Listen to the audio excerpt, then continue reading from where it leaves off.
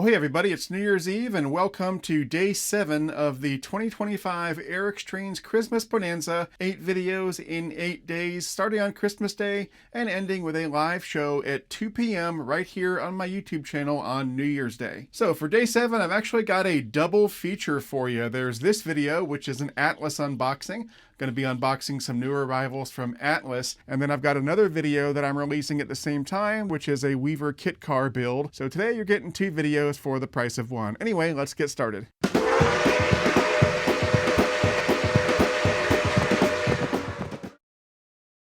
Alright, so spoiler alert, I don't think there are any locomotives in here, but we do have some really cool rolling stock and so forth. So for today's unboxing, we're going to be using this little guy. This is the Victorinox Sportsman. It's one of their smaller Swiss Army knives. And we'll start with one of the smaller boxes and then work our way up to the large box. Alright, so this first box is pretty light. In fact, I don't think there's any train item in here. I think it's more an accessory for the layout. It's been a while since I ordered this, so we'll find out together. Yep. So we've got a car made by Atlas. We have a Ford F100 Southern Railroad in O-scale. Very nice. Can never have too many cars for the layout. Lisa will like this. She always likes adding new cars to the layout. Anywhere we can fit a car, she likes to put one. So there we go. Nice little Ford F100. There's the Southern Railroad logo there on the door. Very nice. I like it. It's nothing huge or spectacular, but it's one of those things that just spruces up the layout and makes everything look better.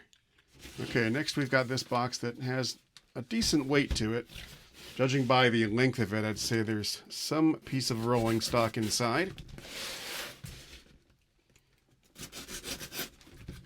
Could be a boxcar. Could be a tank car. Could be a hopper. Who knows? Okay. Atlas Trainman. From their Trainman series. And here we have, yep, it's a high cube boxcar. What does it say on the label? Atlas O Trainman 40-foot high cube boxcar 3-rail.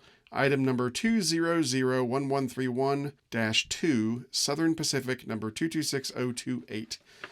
And it is a Southern Pacific high cube boxcar, and it's part of the Trainman series.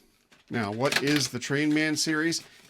The Trainman series is Atlas's more budget-friendly product line, so not quite as expensive as Premier and Master series. A little less fine detailing than you'd get on those kind of cars, but very nice nonetheless. And because there's a little less detailing, they're a little bit more affordable. I wouldn't go so far as to say that they're cheap or anything like that. They're not Menards or RMT, but as far as Atlas goes, this is their most affordable O-scale product line. And they're very nice. I mean, look at that. Doesn't come off like a budget freight car, does it? Looks very, very nice. Nice underframe detailing, die-cast metal trucks and couplers, opening doors. Got add-on ladders. Nice little add-on brake wheel. Very nice. Of course, this is nowhere near as grand and majestic as their Master Series high cube boxcars. Those things are just extraordinary, but you know, for a relatively affordable car, it's great. Fantastic. I love it. I love that paint scheme too. I don't think I have this Southern Pacific paint scheme anywhere else in my collection. That's why I ordered it. All right, now we have the main event. This is the largest box and fairly heavy. Now, I do know what's in here. We've got some passenger cars. I believe there are 4 or 5 passenger cars in here. And these are meant to complement the Atlas 280 steam locomotive that came out not too long ago. I got the Chicago Northwestern and the Southern Atlas 280 steam locomotives.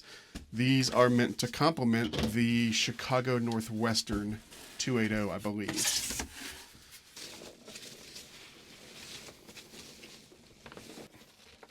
Trainman series again, so they're the more affordable O-gauge products that Atlas makes. Yep, These are the Chicago Northwestern passenger cars.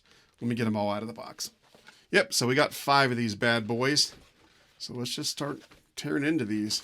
O-scale 60-foot baggage car, 3-rail. Item number 2001328-2, Chicago and Northwestern number 8614.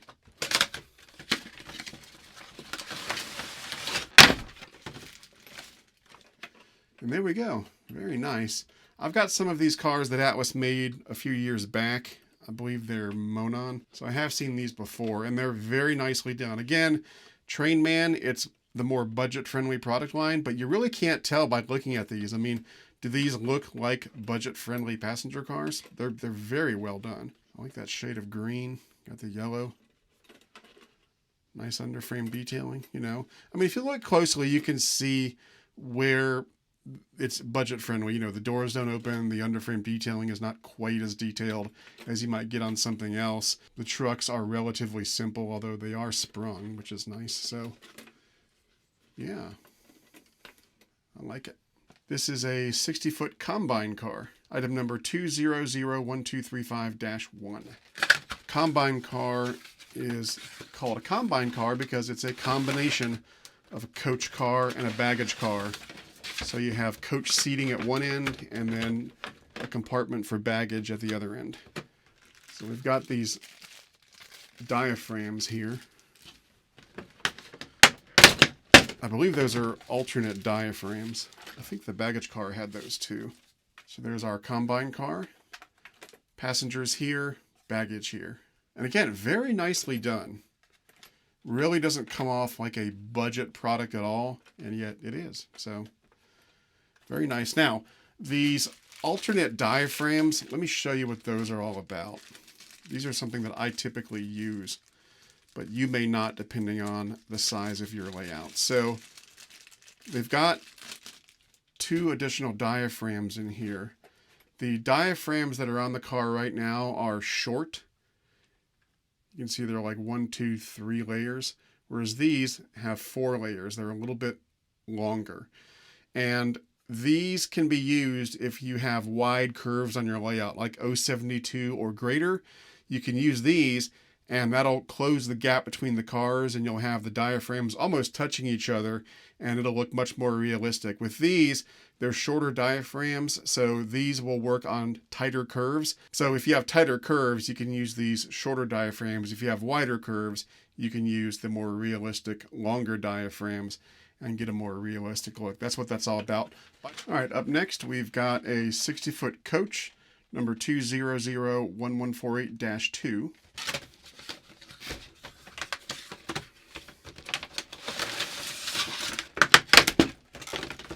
Very nice. Now, you notice these don't have passengers in them, but they should be pretty easy to get in there. If I recall, these are fairly easy to open up and add passengers to. So, got to be careful with these. I mean, they are a more budget-friendly product line, but they still have delicate parts like this thing here, and there's one over there, and little pieces on the roof, so you do have to be careful with them.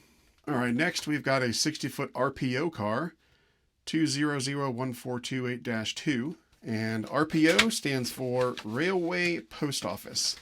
So this would be a car that they would use to sort and deliver mail. And there you go. So there's the mail hook that they would use to grab the mail from the station. That way they could grab the mail at speed. They didn't have to slow down to pick up mail. The stations would put the mail on the hook, and then they would come by with the car and extend the hook, and it would grab the mail bag, and then they could get busy sorting the mail. If you look inside, you can kind of see they've got some sorting bins for mail. It's kind of neat. And last but not least, we've got a 60-foot observation car, number 2002722-1. And there we go. Nice little drum head on the end. Chicago Northwestern. Very cool. These cars do have lighted interiors, by the way, and I see a wire there, so it looks like the drum head is lighted as well, which is very cool. So we're going to end this video by running these behind my Atlas Chicago Northwestern 280. It should be a nice scene. That's exactly what I got these for, so I can't wait to see what it looks like. That's going to do it for day 7 of the 2025 Eric's Trains Christmas Bonanza. I'll see you tomorrow at 2 p.m. Eastern for the live show on New Year's Day.